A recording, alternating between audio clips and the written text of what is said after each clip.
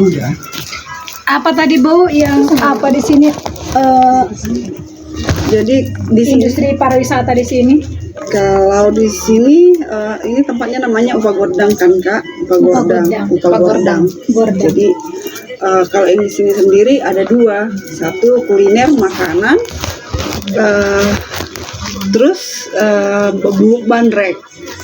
Bubuk bandrek. Jadi kayak sambil mereka bisa makan, bisa menikmati alam di belakang rumah kan Kak. Terus kalau mau pulang bisa dapat oleh-olehnya gitu. Terus Ada makanan di sini Bu? iya pre-order kalau misalnya. Oh, pre-order. Iya, kalau misalnya yang paling recommended biasanya orang-orang Jakarta itu ikan tomburnya sama ayam napinadar sama ayam gota, ayam napinadar sama ayam gulai batak. Ada yang gulai batak? Iya, kalau gulai batak itu bedanya kan kalau gulai biasa kan mereka nggak pakai umbu-umbu.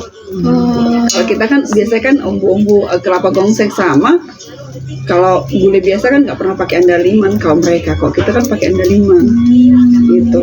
Bumbu dengan andaliman lebih. Iya, itu paling khasnya karena kan memang Batak dominan ke andaliman ya kan, hampir semua makanannya harus ada andaliman kan. Nah, itu biasanya yang paling recommended lah untuk mereka. Jadi memang aku juga bilang kalau makan di sini bukan restoran. Jadi aku menawarkan yang betul-betul ke alam, ya duduk santai, bukan yang ada mejanya. Jadi tepi danau lah nanti. Jadi kami angkatin semua sebenarnya ke sana. Oh, ada jauh dari sini? Tepi danau itulah nanti kita ke sana. Oh, punya orang bau juga di sini? Iya. Jadi sama kemah juga. Kita ada kemah dan ada kayak. Jadi sebenarnya sekaligus lah kami buat kayak ada jasanya, ada jual produknya.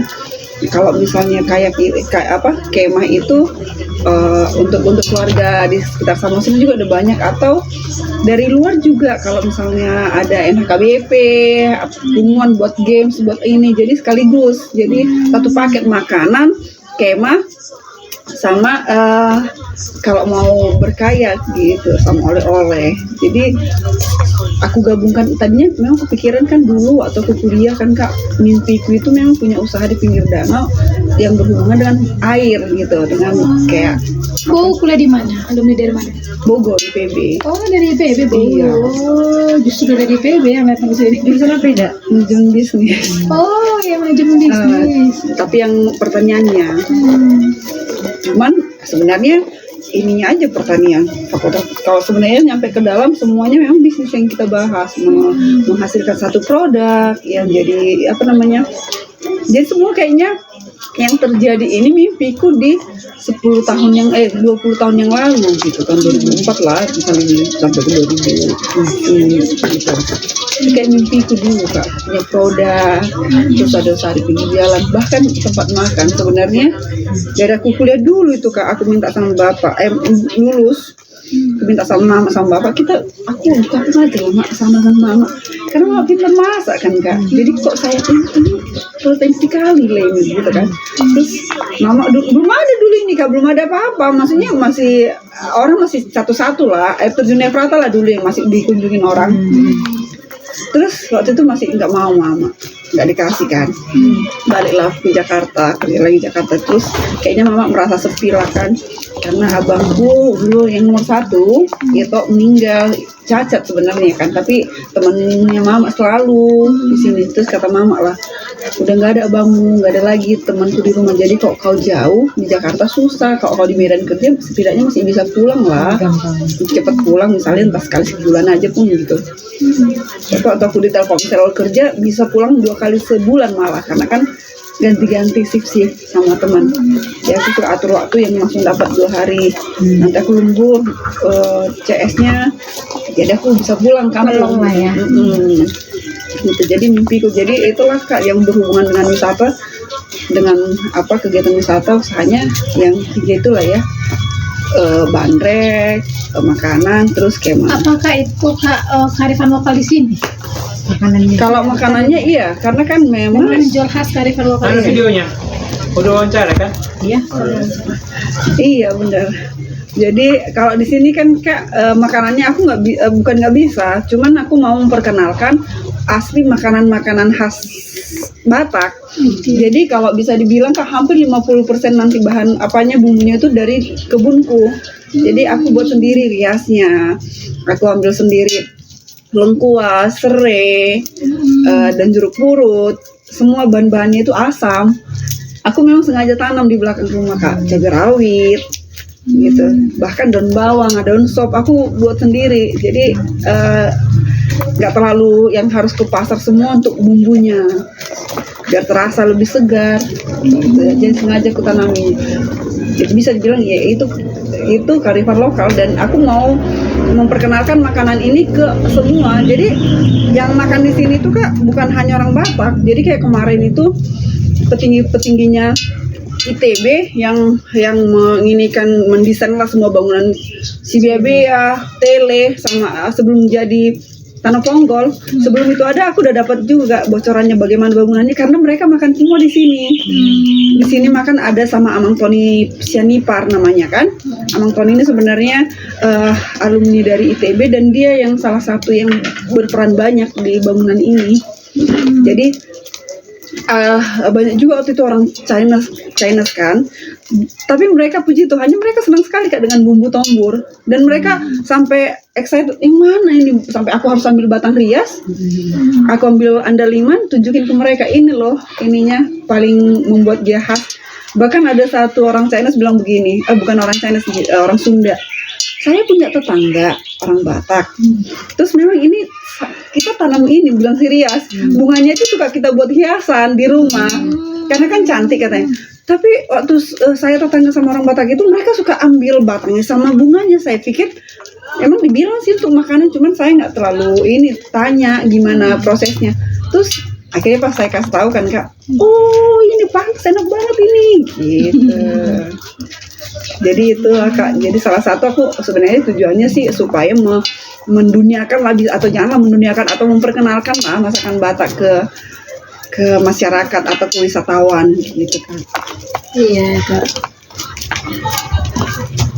Baru apakah itu mereka salah satu kesempatan untuk menambah income juga, apakah mereka ikut meracik gitu?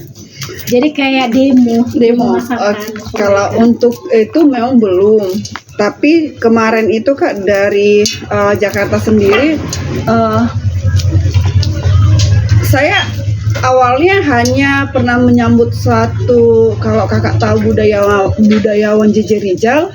Nah JJ Rizal ini dulu pernah ke sini, dan itu memang anak angkatnya Bapak Tosi Tumorang. Jadi pernah makan di sini. Ternyata setelah mereka mencicip, pernah mereka makan, akhirnya pas ada dari Jakarta dalam rangka Pekan Kebudayaan Nasional, datang ke sini untuk memvideokan secara detail bagaimana cara masakan orang Batak.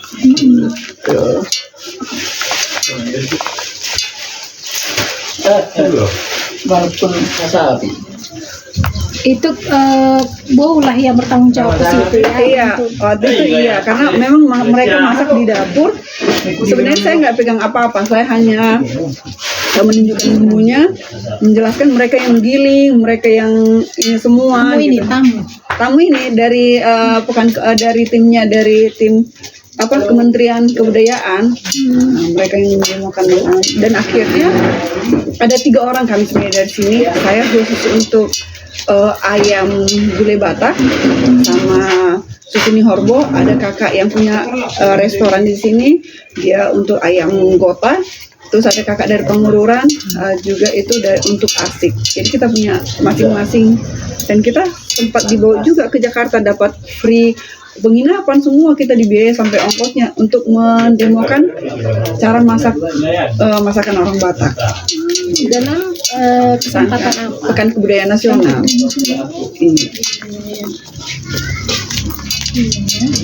Jadi kalau yang ada orang itu Eda yang masak. Iya, saya yang masak. Jadi saya berdayakan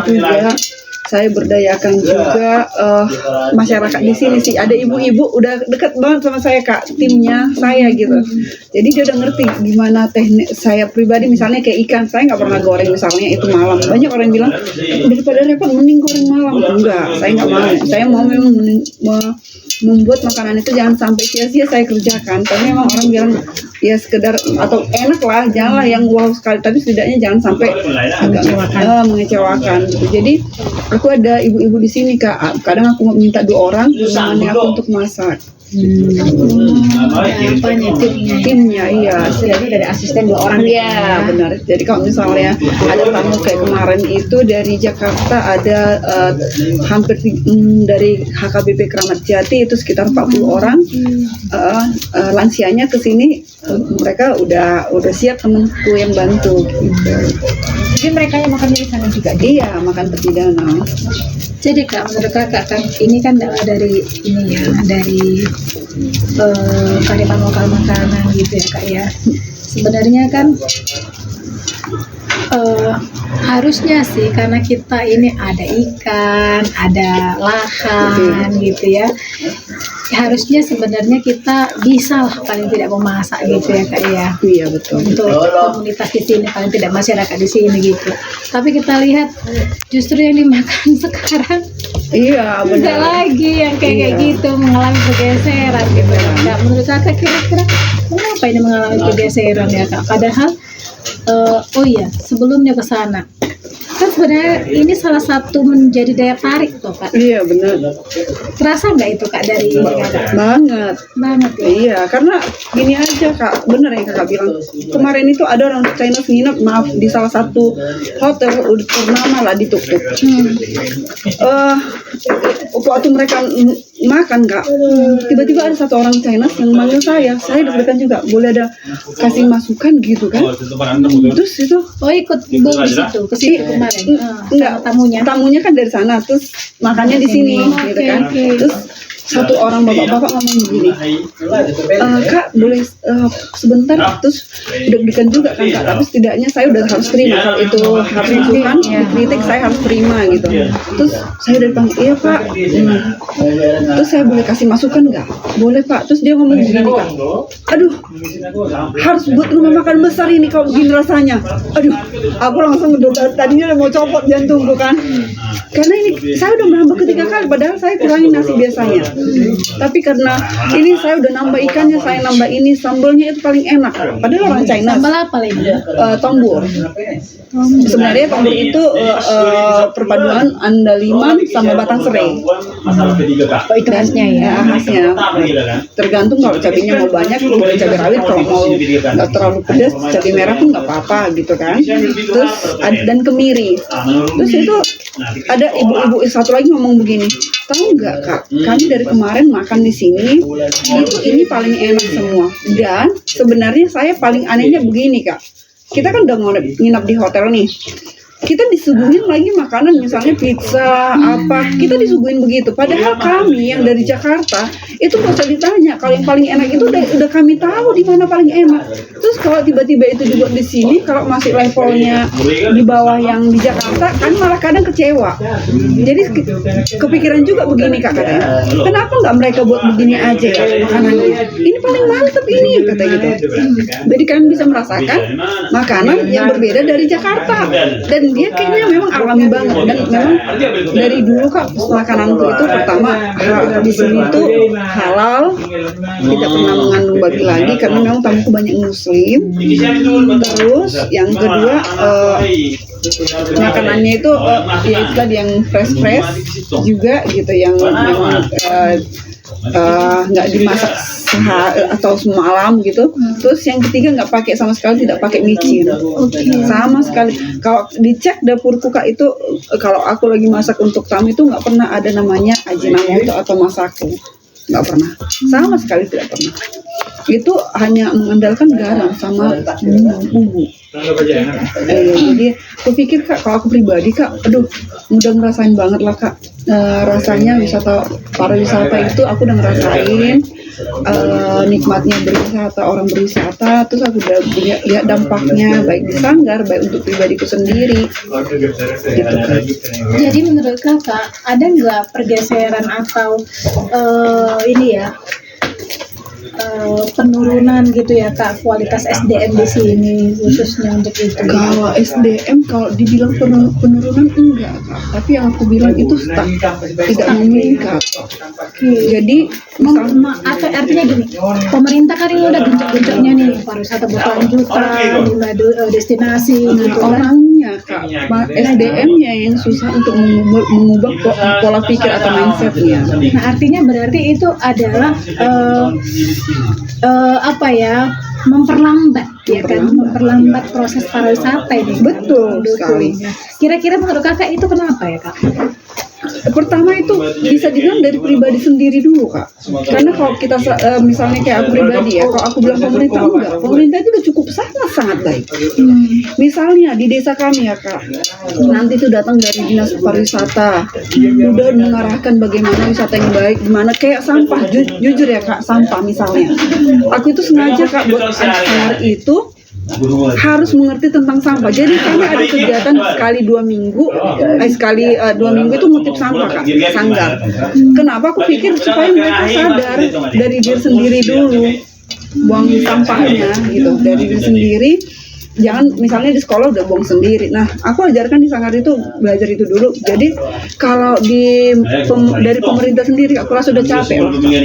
Jujur ini si Eda mungkin udah bisa melihat misalnya kayak apa ya Kak, contoh umum lah di kampung kami ya, tanpa merendahkan atau ini kan masyarakatnya. Dari desa, dari pemerintah udah datang bagaimana tentang pengelolaan sampah, bisa dibuat jadi apa, bahkan itu sudah ada pelatihan. Ini bisa jadi ini, bisa jadi itu, bisa jadi, tapi itu nggak dipraktekkan. Yang kedua, contohnya saja Kak, dari PKK. Aku kan ikut PKK Kak. Itu udah diajarkan bagaimana lingkungan kita, halaman rumah kita bisa jadi tanaman obat atau ini apotek hidup ya kan. Sampai bahkan kita dibantu Kak, dikasih polybag, tapi masyarakatnya ada melakukan nggak? Itu karena kira-kira mengapa ya Kak? Mereka terlalu cuek dan merasa gini loh Kak. Mereka merasa pedokon kamu Messi untuk klien-klien aja dia tuh berfungsi. Untuk kami ini enggak, kami lebih baik bertani. Mereka masih berpikir agraris itu pertanian itu yang paling utama. Sama halnya kayak aku Kak. Jadi dulu bandrekku ini Kak, udah kuniatkan dari awal ini adalah usaha desa, usaha ibu-ibu. Awalnya itu. Bahkan aku kumpulkan dulu di sini dulu ibu-ibu sekitar 3 orang Kak. Tapi yang ku alami tahu nggak apa Kak? Ketika aku panggil sini, kayaknya aku capek sendiri manggilnya. Misalnya dengan kita produksi ya, gitu. Terus kayak aku nangis kan, minta tolongnya. Kayak aku yang minta tolong. Padahal maksudku ini kita buat, jadi pembukanya jelas. Aku menyediakan tempatnya. Jadi suatu saat kalau ada wisatawan datang, aku bisa nunjukkan loh, ini ibu-ibunya udah ngumpul di sini gitu. Mulai Dia udah terekam. Apa itu bicara? Aduh, wah terekam. Jadi aku buatlah kan awalnya. Terus itu terakhirnya Kak, karena aku capek sendiri, kan produksi permintaan udah banyak, tapi aku harus capek manggil. Padahal itu maaf ya Kak, 100.000 aku kasih, gajinya itu cuma duduk ngupas, cincang, yang masak itu aku, karena aku yang tahu takarannya sama atau Pak Isa lah kadang, karena kan butuh waktu tenaga gitu kan. Tapi aku pikir kan Kak, aku capek juga. Terus aku bukan lagi dengan suami, ini gak benerin kita buat usaha untuk apa, untuk desa atau untuk kami ibu-ibu. Coba kalau kita main sendiri aja, karena kita bisa tahu misalnya malam kita mau cincang atau kalau malam kupas-kupas, besoknya cincang, udah bisa gitu kan Kak. Akhirnya aku pikirkan bilang sama Pak Isa, iyalah kayaknya memang betul harus sendiri. Itulah Kak sendiri. Padahal setelah kami itu buat sendiri, dari BI, dari Sibolga datang ke sini. Mereka minum terus bilang, enak gitu. Ini bisa kalian bantu, tiba-tiba ngomong gitu. Padahal tujuannya awalnya ke desa, tapi mereka tidak. Pas aku suguhkan, mereka yang nawarkan. Ini bagus, kami akan bisa bantu gini. Tapi memang harus kelompok. Terus kami bilang enggak, ini udah kami sendiri, nggak apa-apa lah, nggak dapat bantuan juga nggak apa-apa. Tapi karena kami susah kok untuk kelompok itu susah di sini. Kami bilang gitu aja kak. Kira-kira kenapa ya kak? Nah, Ibu. Balik lagi kak, kayak tadi kak aku bilang, pola pikir mereka itu berpikir kadang begini kak, enak kali lah kau, kayaknya kau yang paling banyak untung. Sama halnya ada satu tempat yang aku tahu kak, sekitar di Selatan sudah punya produk, itu udah ternama, itu sama hal yang sama mereka alami dengan yang aku alami. Nanti mereka misalnya kerjanya cuma sedikit tapi pengen bawa ke rumah, misalnya bandreknya atau sasagun atau tiba-tiba pengen bawa ke rumah untuk anaknya. Terus itu mereka kalau di misalnya pendapatannya maunya ya nggak boleh ada sedikit kelebihan dari ketua gitu. Kalau bisa sama. Padahal kan sebenarnya ketua itu banyak ininya, bebannya dari promosinya, dari ini gitu. Itulah sebenarnya kak. Jadi Tadi pola pertanian itu masih ya kak? Iya. Mindset agriculture tadi ya? Iya benar kak. Jadi itu sih sebenarnya. Terus yang kayak mereka bilang enggak lah, enggak ada otak kami ke situ, enggak masuk akal kami wisata-wisata itu gitu. Padahal aku pribadi kak jujur aja kak, Emang pekerjaan mereka apa kak? petani. Padahal kayak jujur aja kak, aku pernah pengurus badan usaha milik desa. Kami bahkan memikirkan sama temanku, kak, ini kan ladang nih, persawahan, ini ada jalan. Nah kan pengen banget ini jalannya wisatawan. Nah di ladang ini kita kerjasama dengan yang punya ladang. Kita buat di sini saung, kita buat di situ rumah-rumah. Orang bisa di situ istirahat, foto-foto atau makan sekaligus. Kalau mau makannya dari kita atau dari yang punya lahan boleh, dengan catatan harus ada kualitas. Kita harus lihat bagaimana makanannya, harus ada yang kayak test foodnya, harus begitu kan. Kita udah pikir segitu panjangnya kak. Tapi kenapa kami akhirnya lepas kak? Aku lepas, temanku yang lulusan Udayana lepas karena kayaknya kan memang belum mampu mentalkan untuk mengikuti pola pikir masyarakat. Kayak aku pribadi kak, sampai mentalku rusak betul. Karena bayangkan kak, ketika aku udah berkorban, tiba-tiba aku di lebih dituduh misalnya hal yang tidak kulakukan, mending aku main pribadi aja lah. Jadi sekarang itu sebenarnya aku sendiri kak ngerjain untuk diriku sendiri, tapi aku masih berdoa supaya aku jadi inspirasi, supaya yang lainnya bisa melihat, bukan hanya melihat begini kayak gini kan kak.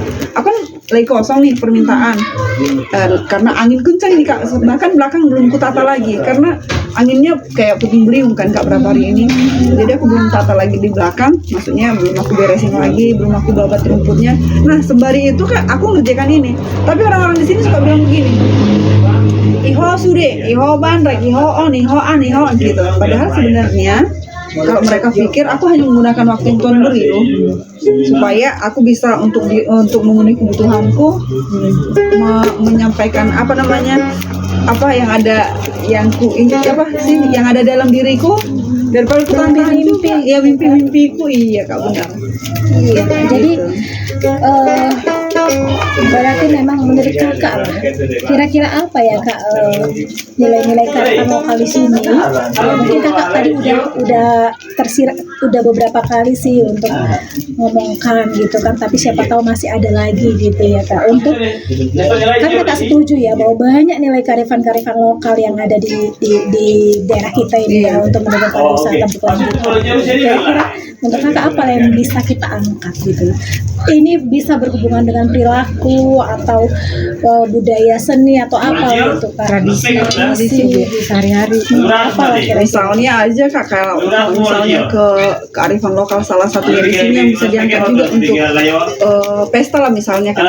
Aku lihat ini pesta juga kak, karena kadang kalau agama muslim kan biasanya pesta itu gimana sih di situ, makan sama yang makan babi sama yang juga gimana.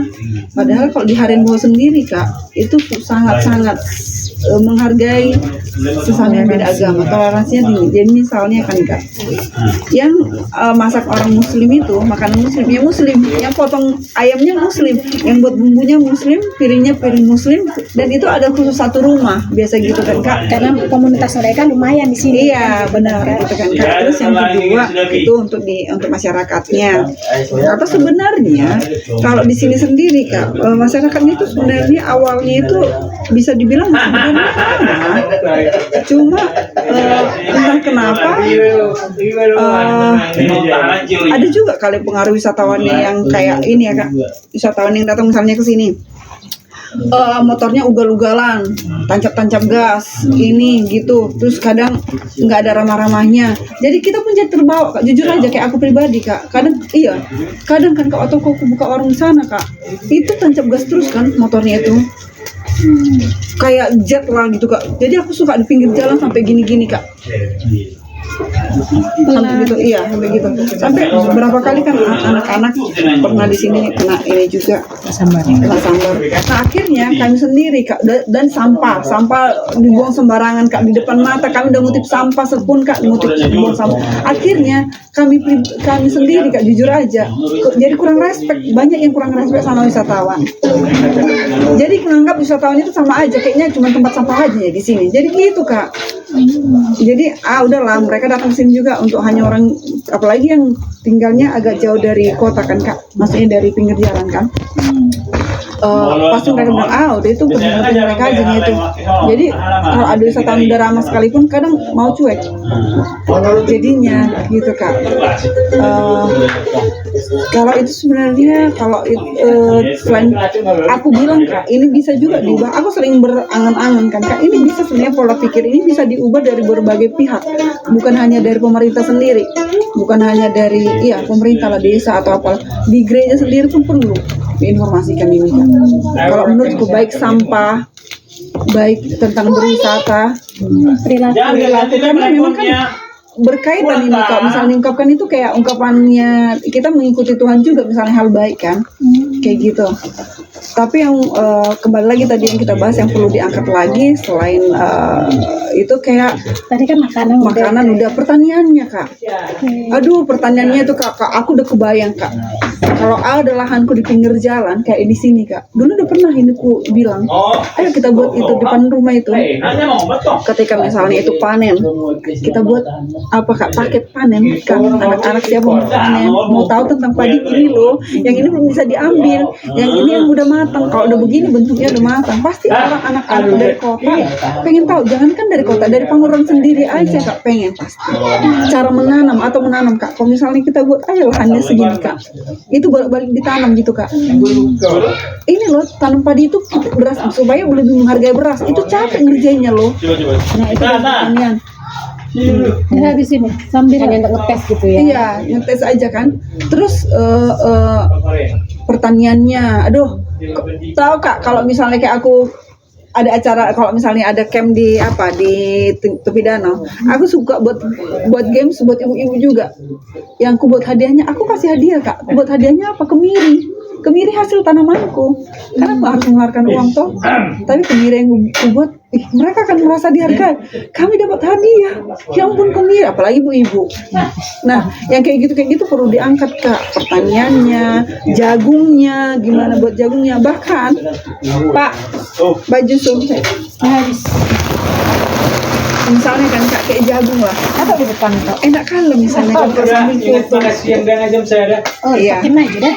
Sambil wawancara dong, kalau wawancara kira-kira 10 menit. Moderator dia 5 menit mbak.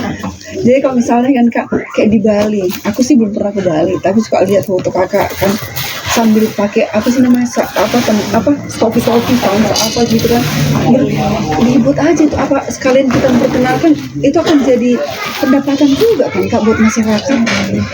Padi siapa yang mau? Hanya dikelola sama kayak desa kami udah ada desa wisata Kak. Baru bisa wisata sekarang. Kenapa nggak dikelola sama pengurus desa wisata? Iya kan Kak, jadi sembari mendapat pendapatan supaya juga masyarakat yang datang wisatawan ke sini kan jadi begini, mereka kan lebih tertarik pastinya Kak. Itu dari segi pertanian. Baru nelayan Kak, itu perlu juga karena kayak pagi-pagi itu kan jam-jam 5 kan nelayan udah biasa udah berangkat tuh Kak. Jadi yang kemah-kemah itu sering dengar suara kapal tengah malam atau pagi-pagi misalnya gitu kan Kak. Mereka senang, bahkan suka ngambil fotonya. Dan kan ini kan aku udah ada kayak Solo. Nah kalau mau nelayan sekalipun mau mencoba akan kalau misalnya ada ada kelompok atau ada seseorang atau inilah yang buat usaha menjaring ikan itu bisa juga gitu. Itu dari segi nelayannya. Jadi kayak kegiatan di sini lah. Itu dari pertanian, usaha di sini Kak. Ya usaha itu bukan hanya aku lagi Kak. Di sini udah ada sasagun. Temenku ada yang produksi sasagun Kak. Aku memang selalu dukung dia. Kebetulan dia sudah ditinggalkan suaminya, anaknya masih kecil. SMA lah siakangannya. Terus ada Kan yang di Tanjung Bunga itu. bukan ini di sini Kak. Temenku kan. Adikku lah dulu adik kelas. Jadi aku bilang semangat aja. Aku bilang kan. Aku bantu promosi. Jadi kalau ada tamu di sini Kak aku punya dia sasagunnya. Bahkan di sini selalu aku standby kan Kak. Kalau 3 kilo itu aku standby kan di rumah. Kayak sekarang ada Kak, nanti Kak aku kasih oleh Kak. Terus kan sasagunnya gitu kan Kak. Itu juga usaha-usaha yang kayak gitu yang buat kue. Nah sebenarnya otakku ini banyak kali isinya Kak. Iya isinya banyak kali. Kalau andai kan ada timku atau temanku berpikir yang kayak gini, kayaknya aku percaya Kak Desa Tepuk Lindung ini akan mau. Bahkan tahu Kak di saat kami menerima penghargaan kami desa wisata, bukan penghargaan, iya kami dapat nomor juara 3 desa wisata terbaik Kabupaten Samosir. Itu aku paling semangat Kak. Ketika kami dinobatkan jadi desa wisata, aku paling semangat Kak semuanya. Tapi balik lagi Kak, semangatku hilang ketika itu dianggap dikalikan nol oleh orang-orang yang ingin menjatuhkanku. Ketika aku suruh anak-anak adik-adik sampai sebenarnya pengeluarannya boleh dimaaf ya Kak, maksudnya bukan aku menghitung berapa banyak pengeluaranku, bukan. Tapi misalnya aku ajak adik-adik menata taman misalnya, yuk anak sanggar kita menata taman ya, kita udah dapat desa wisata nih, kita harus semangat gitu. Jadi apapun ceritanya kita berdampak sesama semuanya, dari desa ke sanggar, ke bumdes, ke masyarakatnya, itu harus saling menolong semua, harus saling berkolaborasi. Terus aku udah buat, terus kadang kan Kak aku nggak tega kalau misalnya nyuruh adik-adik itu terus kita nggak ada snack. Kebetulan Tuhan kasih talenta untuk masak, kenapa nggak aku masak aja mie gomak Kak. Paling kalau kasarnya ya Kak, mie gomak itu 10.000 kok sekilo. Nah itu bisa aku buat untuk 10 orang. Ya kan Kak, paling berapa sih biaya yang keluarkan kalau hitung-hitungannya, tapi kan setidaknya aku tetap mengeluarkan biaya. Tapi ketika itu dianggap tidak dihargai, bahkan jangan kan dihargai deh Kak, bahkan dituduh yang enggak, itu yang buat aku jujur Kak, itu yang buat aku drop, turun, bahkan hampir 80% semangat untuk desa wisata hilang. Jadi Udah balik kan sekarang? Belum juga? tetap desa wisata Kak. Maksudnya semangatnya udah balik tuh Untuk pribadiku jadi Kak. Oh jadi ke pribadi kesini dan untuk ya tapi kalau untuk gotong royong aku masih semangat yang sanggar, bahkan aku pribadi sambil lari pagi aku ngutipin sampah masih aku lakukan. Tapi untuk di desa sendiri atau di ini sendiri kan memang kurang. Balik lagi ke aku pun nggak habis pikir, maksudnya gimana caranya untuk mengubahnya, aku belum bisa ngajak iya. Kakak pernah dengar ini nggak, entah di gereja atau dari atau apa, bahwasanya pariwisata itu kalau diibaratkan ke nilai kearifan orang Batak itu ibarat dalihan Natolu. Iya betul. Kakak pernah dengar? Pernah. Terus posisi orang kakak kira-kira gimana menurut kakak posisi kakak? Kalau kami itu jadinya berada di Parhobas melayani. Boru. Iya boru. Betul, melayani sepenuh hati dan yakin ketika kita melayani sepenuh hati kita akan mendapatkan hal yang bahkan di luar dugaan.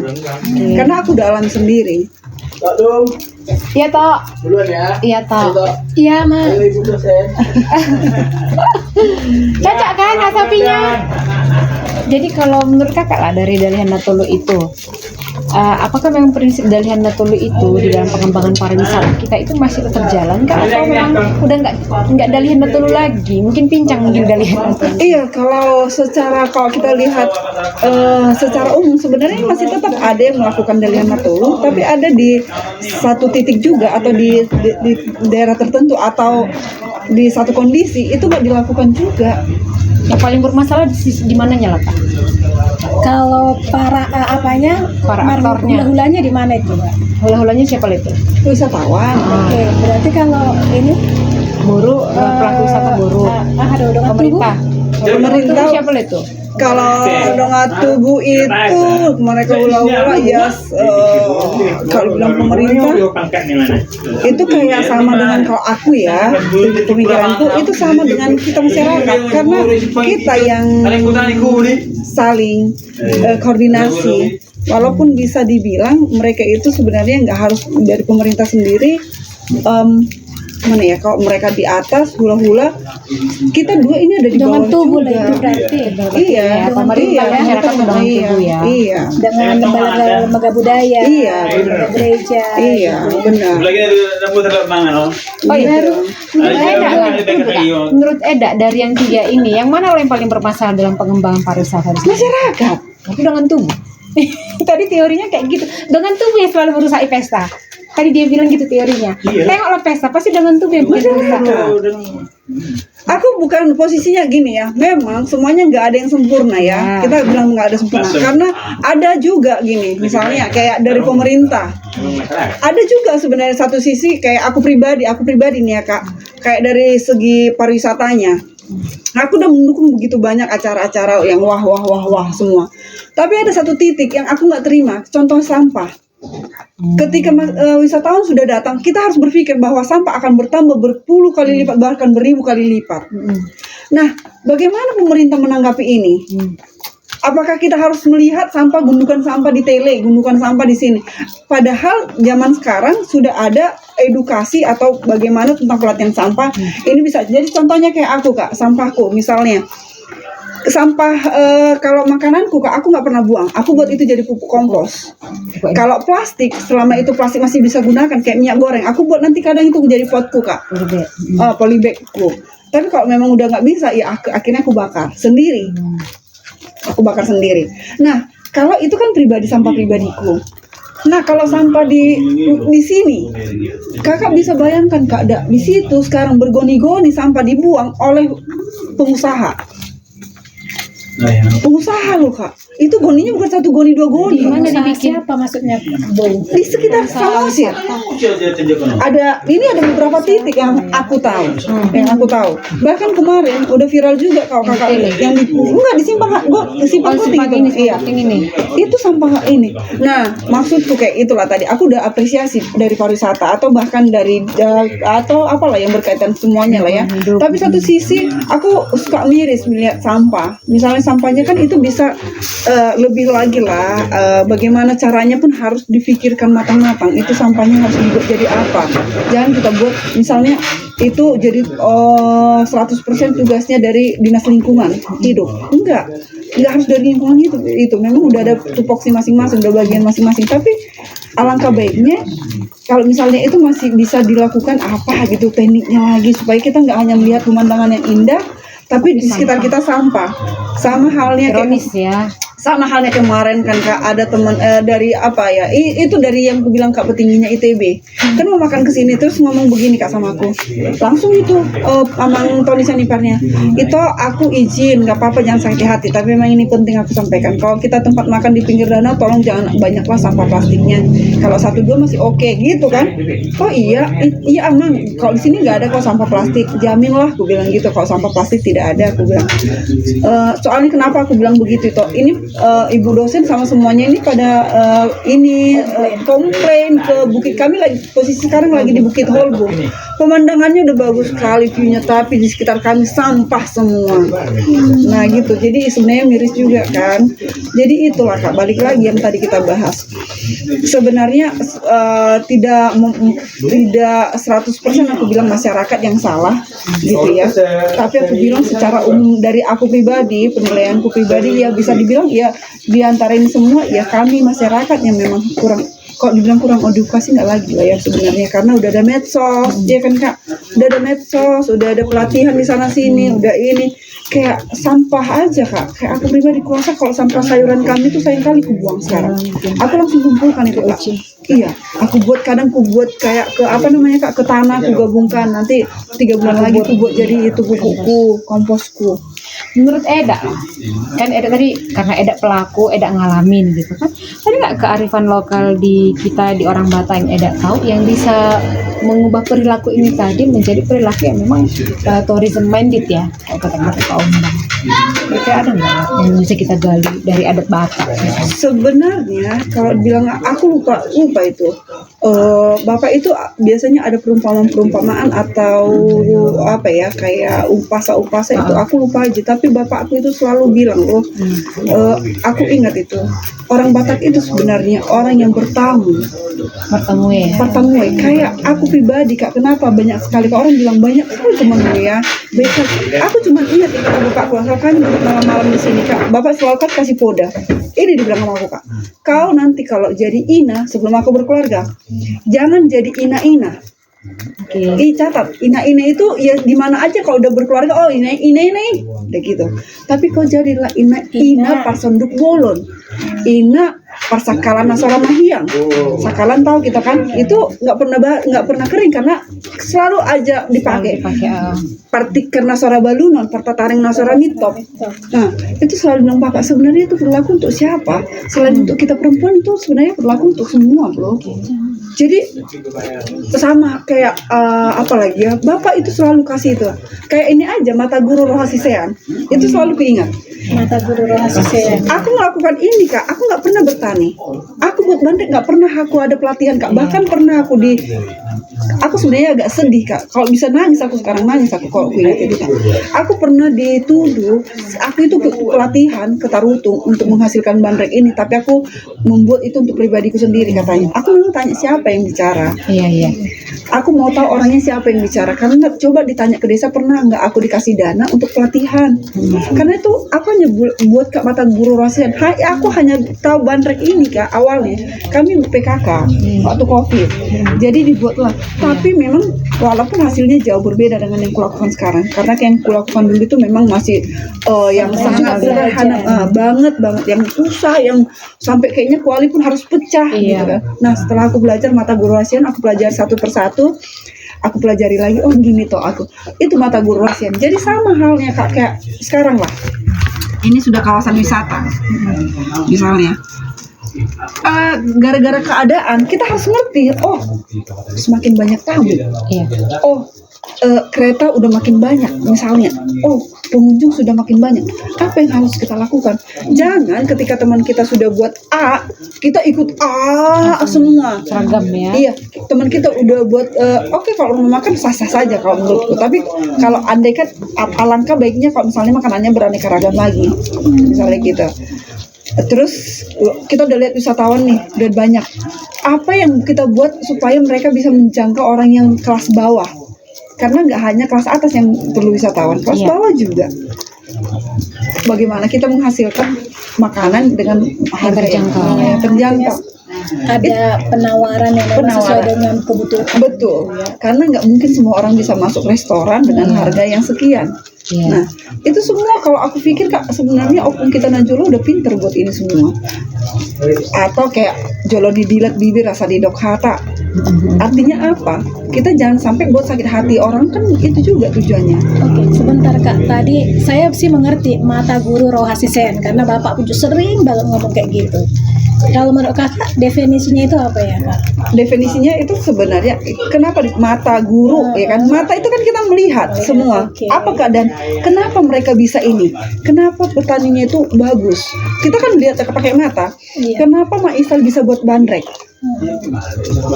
Itulah mata, karena melihat.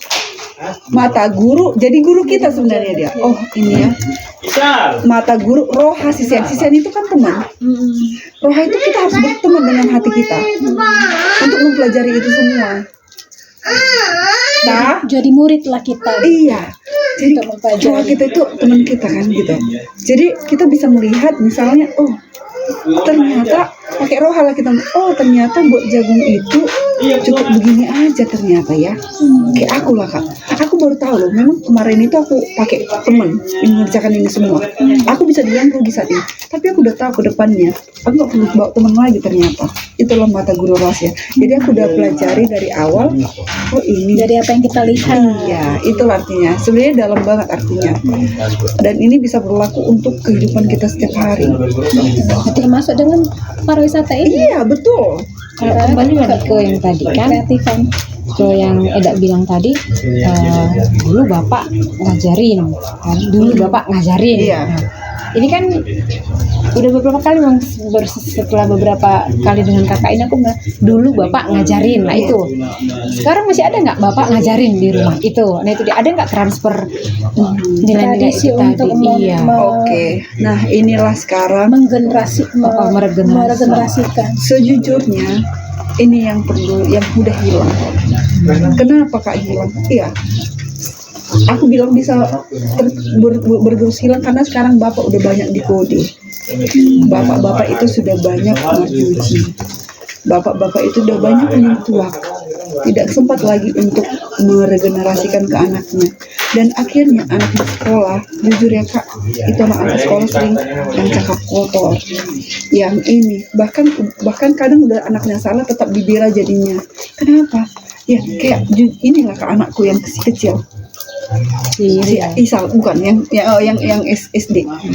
Dia bilang begini kak, aku nggak suka berteman sama si ini mak. Kenapa? Suka cakap kotor, capek aku mak. Kadang kalau kita bilang kita jadi marahi, cakap kotor terus. Bahkan ada yang sering dipanggil orang tua, guru manggil orang tua, karena itulah yang tadi tergerus itu kak, karena kebiasaannya udah terlalu cuek. Orang tua itu terlalu cuek. Kalau kita dulu kan, kenapa aku bilang ya kayak tadi ada bilang, kenapa bapak bilang mak? Karena dulu kami kalau makan itu harus sama. Dari situlah aku dikasih nasihat. Bahkan kami dulu kak, waktu aku udah berkeluarga sama bapak, sama Pak Isal, kan harus makan bersama dengan bapak kak. Harus makan bersama. Dan itu yang kami lakukan sampai saat ini kak. Kalau pagi-pagi kami harus bangun cepat mengerjakan semuanya. Mungkin si kecil belum bangun, yang paling kecil, tapi kami selalu sarapan bersama. Dan aku nasihatilah di situ lah, sambil bicara, sambil makan, sambil menasihati anakku bagaimana di sekolah sama gurunya, sopan santunnya. Dan yang Eda bilang lah, memang itulah yang nggak bisa kita pungkiri dak. Satu sisi kayak kita lah, kayak orang Eda lah yang bekerja, itu kan kadang udah capek. Dan sekarang sudah ada handphone, kadang udah capek, enak banget kan langsung lihat handphone dulu gitu. Jadi hilang momen-momen untuk anak itu, suka hilang. Itulah yang tergerus memang dak. Baru nilai-nilai apa lagi ya Bu? Selain itu yang sering gitu. Misalnya kayak Nilai kesopanan. Kalau tadi kan Bu bilang mata guru relasi sehat, artinya itu kreativitas, ketangkasan, kecakapan. Karena ini loh, ada tamu yang lewat-lewat, apa yang kita lakukan gitu kan. Tapi kalau misalnya integritas, kejujuran gitu, kita apa ya Bu? Mungkin itu tadi satu ya. Mungkin sekarang nggak ada lagi Marsyada Pari. Padahal mengelola wisatawan ini kan kita mestinya kerjasama Pari ya. Jadi tahun 2020 kak, aku pernah dapat event di sini. Aku buat itu kak, Marsyada Pari, opera Bataknya. Aku buat opera Batak Marsyada Pari supaya dapat sosialnya, edukasinya, bahwa zaman dulu itu kita nggak mengeluarkan banyak biaya apapun di ladang, karena saling kan, mereka saling kerjasama dan bukan hanya kerjasamanya lagi, keterikatan emosional itu udah jauh lebih dibandingkan sekarang. Aku sampai buat itu karena aku lihat memang sudah tergerus. Masih ada Pari ini aku buat, dan puji Tuhan memang waktu itu banyak juga orang mengapresiasi, bahkan masyarakat di sini. Opera Batak apa lah ini kak? Sekarang kakak sekarang. Sanggar. Apa namanya? Tampil di mana? Di tepi danau kita buat Sanggar Seni Nauli. Kita buat panggung di belakang rumah. Tapi nggak di record ya? Ada recordnya. Tapi nggak dipublish.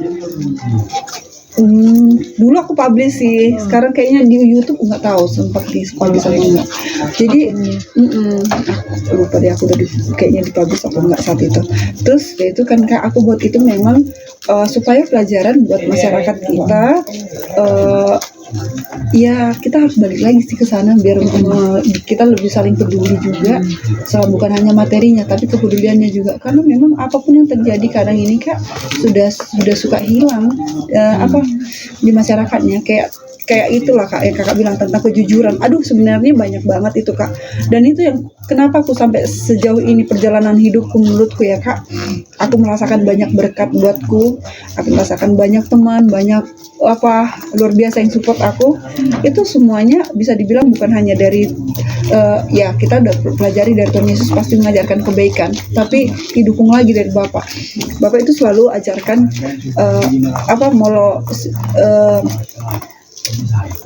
kalau bahasa Bataknya itu dinautik kayak dihalasun yang sedikit Bapak itu suka buat itu sih, aku yang lupa ya. Berarti nasihat-nasihatnya dulu muncul dalam bentuk upama. Upasa. Beda upama dengan upasa. Upasa juga. Jadi itu selalu. Jadi intinya yang aku tangkap itu, kalau kita dapat yang kecil itu harus kita syukuri. Mau dapat besar pun kita harus bisa berbagi, karena nggak semuanya yang banyak itu rezeki kita sendiri. Dan itu ku aminkan Kak. Kayak kemarin anak UGM ke sini datang KKN Kak, aku ajari mereka tentang budaya Batak, bahkan aku ajari tentang Dalian Natolu, aku ajari Manortor, salah satu anak rektornya UGM. Iya, anaknya Ibu. Itu aku ajari Manortor, aku ajari tentang budaya Batak. Kalau dibilang Kak, kayak balik lagi yang aku bilang, aku mengeluarkan dana ke sana, dana baik mobil bensin antar bolak-balik ke sana ataupun snack kami, tapi itu nggak pernah kuperhitungkan Kak. Kenapa? Karena aku percaya aku dapat berkat banyak dari Tuhan. Terus hasilnya Kak, nggak berapa lama kemudian mereka udah pergi, itulah yang dapat aku Kak, yang kunjungan dari tim kementerian yang Pekan Kebudayaan Nasional, yang aku bahkan dikirim ke Jakarta, dan aku rasakan Kak, yang kayak Bapak bilang, ketika kamu melakukan sesuatu, kalau kau dapat berkat banyak, jangan berpikir itu hanya berkatmu, tapi berbagilah kau dengan orang-orang di sekitarmu atau siapa yang butuh kau tolong. Dan saat ini bisa dibilang Kak, aku nggak kaya, aku nggak punya tabungan banyak, tapi aku suka berbagi. Karena itu balik lagi kayak tadi, Bapak itu selalu bilang, percaya kau nggak akan miskin ketika kau berbagi. Kau nggak jadi miskin, kau nggak akan, lain hal kau berutang untuk menghasilkan itu, untuk membuat itu baru. Kalau ini Kak Pata Gading ini warisan leluhur juga kan? Iya, leluhur. Dan bisa dibilang Bapak buat ini Kak, Sodohela lah amang lah yang meneruskan. Pak Isal enggak. Terus kami yang aku bisa Kak, Bu. Kalau bikinnya itu yang ketemu Menteri sama itu di Jakarta ada, itu di Medan ada. Itu. Oh, ini kayu dari mana Kak? Ini hawa apiras itu dari khusus dari Tanjungan. Lupa aku di mana diambil Bapak ya. Tapi di sini masih bisa memproduksi begini. Tahun lalu masih bisa sebenarnya, hanya kan butuh orang. Kan itu kan lagi repot-repotnya. Jadi proses pembuatan itu nggak diwariskan. Jadi yang buat ini sekarang yang paling eksis itu yang di Medan. Bukan justru yang di sini. Enggak, karena kan yang di sini itu kan yang udah di Dolok Sanggul. Dulu memang ada anggotanya kan sebelum stop. Ini sebelumnya ini terus produksi di sini. Hanya kemarin anggotanya orang tuanya sudah di Jakarta, kebetulan cuma mamanya aja, dan dia pun akhirnya balik ke Jakarta ikut mamanya. Jadi nggak ada menduaikan tangannya. Sebenarnya dia bisa, cuman kan itulah paling dia bisa buat sapi lah jadi yang kecil-kecil, karena kan kalau buat gondang itu butuh tenaga gitu. Jadi tapi kalau yang di Medan, anaknya Bapak yang di Medan, itu yang di Medan itu udah apa itu yang di Medan? Junihars itu.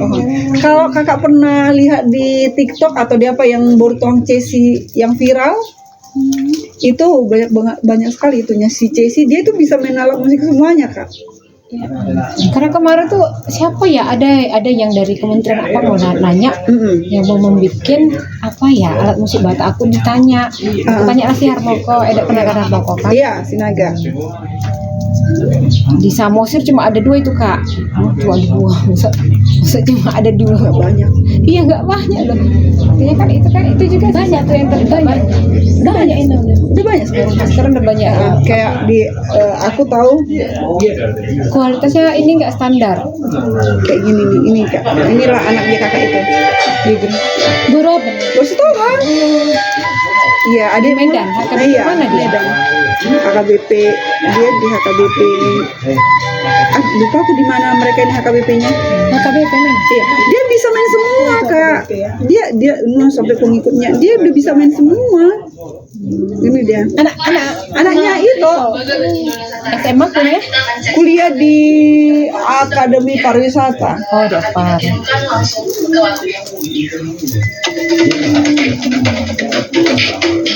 Memang keturunan ini. Iya, udah. Iya, kalau dia ini udah sampai kemana-mana nih kak. Bo bisa main ini. Bisa lah, nanti kita sambil selesai makan biar disusun. Itu si kecil udah bisa si Isal. Isal itu Pak, diperlukan dia. terus boy benom si Gudangon asa si Isal main. Beto sabil kami sabil ada kan. Baru kan Bu? Hanya nilai jualnya ini ke tourism.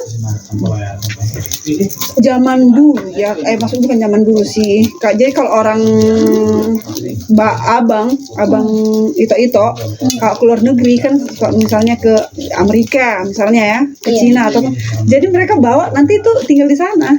Jadi pas dibeli, pas Dilelang lah itu berarti. Iya. Jadi nggak pernah bawa lagi balik. Gitu. Jadi kalau dari sini karena memang biaya mahal, tapi walaupun mahal ada kalau waktu ke bapak banyak yang dikirim ke luar negeri. Waktu bapak buat. Berarti ini udah lama ini dibuat ini Bu. Ini apanya bapak apa namanya untuk warisannya untuk anak cucunya. Oh ini. Untuk sebenarnya untuk Isal lah. Karena waktu kan Isal udah tahu, udah dilihat. Isal itu udah deket. Ketek pun dia udah tahu dia main ini. Iya, waktu itu udah dilihat bapak ada bibit-bibitnya sama si Isal kan. Jadi langsung diturunkan ya. Iya. Dan memang puji Tuhan kak si Isal sekarang kalau melayani gereja juga udah bisa di sekolah juga. Orang kakak di gereja mana kak? AKBP Di HKBP. Aren Bohol. Jadi ini kalau dijual misalnya ini satu set berapa nih? Dia tergantung. Jadi ada yang lebih jadi tergantung dia sekitar 7 sampai 12 juta. Kalau 7 itu yang lebih kecil dari sini. Ada lagi ukurannya terus yang pakai korban. Iya ini udah Ya, selesai. mulai kami di sana. Mau ini. Lu pada jalan waktu.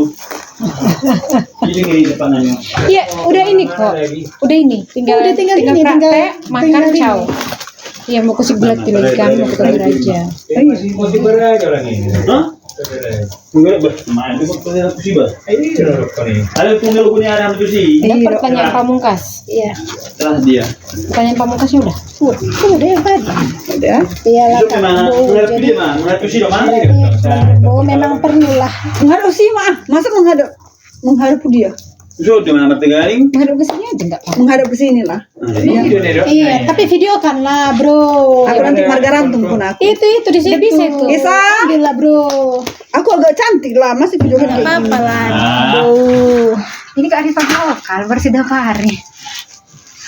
Bo minta nomor Bo ya. Agak bilang kayak tadi kakak mau datang tahap pakai biar Tadi agak mana cantik. cas apanya?